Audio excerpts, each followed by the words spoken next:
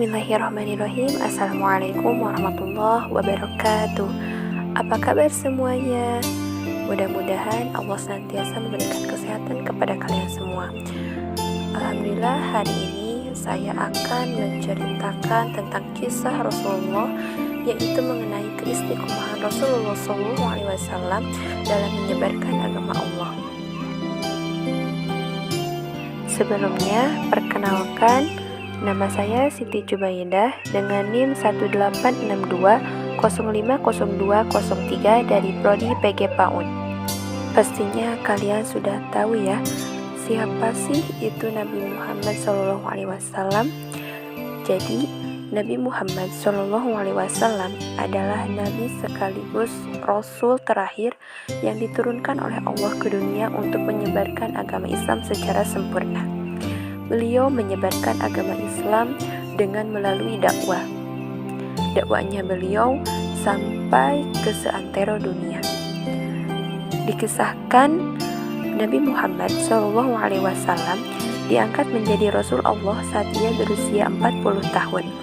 Ini bertepatan dengan turunnya wahyu pertama kepada Rasulullah SAW melalui malaikat Jibril di Gua Hiro. Setelah mendapatkan wahyu, Rasulullah merasa bimbang dan mengalami pergulatan batin yang sangat hebat. Kemudian Rasulullah bertemu dengan Warokoh dalam perjalanannya menuju Ka'bah, yang pada saat itu keadaan beliau hanya diketahui oleh istrinya, yaitu Siti Khadijah. Warokoh yang telah mendengar cerita serupa dari Siti Khadijah kemudian meyakinkan Rasulullah. Ia yakin bahwa Nabi Muhammad adalah Nabi yang diutus oleh Allah untuk menyempurnakan agama dan akhlak manusia. Akhirnya Rasulullah memantapkan hatinya untuk berdakwah sampai akhir hayatnya untuk membumikan agama Allah. Perjalanan Nabi Muhammad tidak berjalan begitu mulus. Banyak sekali hinaan, tantangan, dan cacian yang kerap kali ia dapatkan dari kafir Quraisy. Warokoh bahkan mengingatkan Rasulullah untuk berhati-hati. Namun semua itu dilalui Rasulullah dengan sabar dan tawakal. Rasulullah berdakwah selama 23 tahun sampai akhir hayatnya. Itulah bukti keistiqomahan Rasulullah dalam berdakwah. Dari 23 tahun masa kerasulannya, 13 tahun dihabiskan Rasulullah dengan berdakwah di kota kelahirannya, yaitu Mekah. Sedangkan 10 tahun sisanya dihabiskan dengan berdakwah di kota Madinah. Dalam 3 tahun awal masa dakwahnya Rasulullah di Mekah, Rasulullah berdakwah dengan cara sembunyi-sembunyi. Ia berdakwah kepada beberapa orang terdekatnya yang diyakini bisa merahasiakan pesan yang dibawanya. Di antaranya ada Abu Bakar As-Siddiq, Umar bin Khattab, Utsman bin Affan, Ali bin Abi Thalib, Thalhah bin Ubaidillah, dan lain sebagainya. Dan yang pada akhirnya golongan pada periode ini disebut dengan As-Sabiqunal Awwalun, yaitu orang yang pertama mengikuti Rasulullah.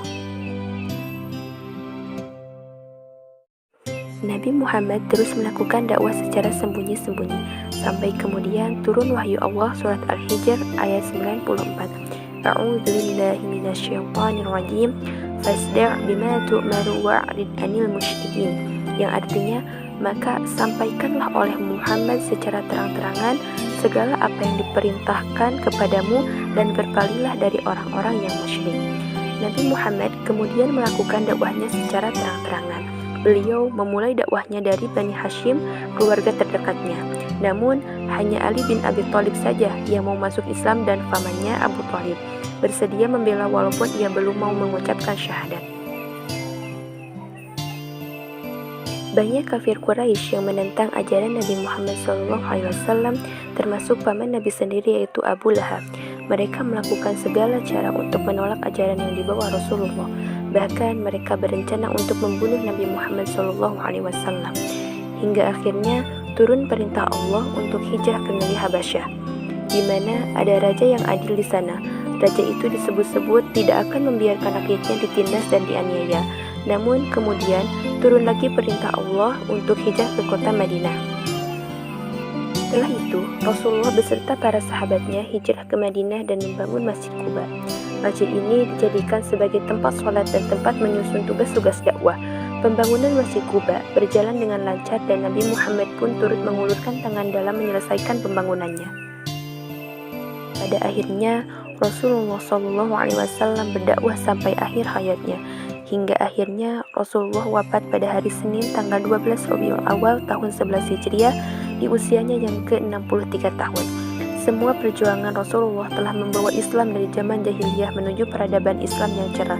Itulah bukti keistiqomahan Rasulullah SAW dalam menyebarkan agama Allah. Betapa dia tidak putus asa dalam membela agama Allah ini, hingga akhirnya Islam bisa jaya sampai ke seantero dunia, sampai bisa ada hingga saat ini.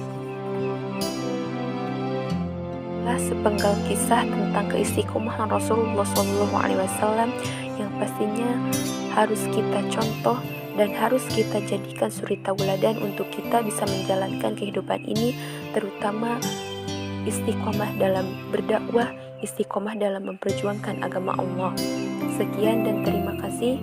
Wassalamualaikum warahmatullahi wabarakatuh.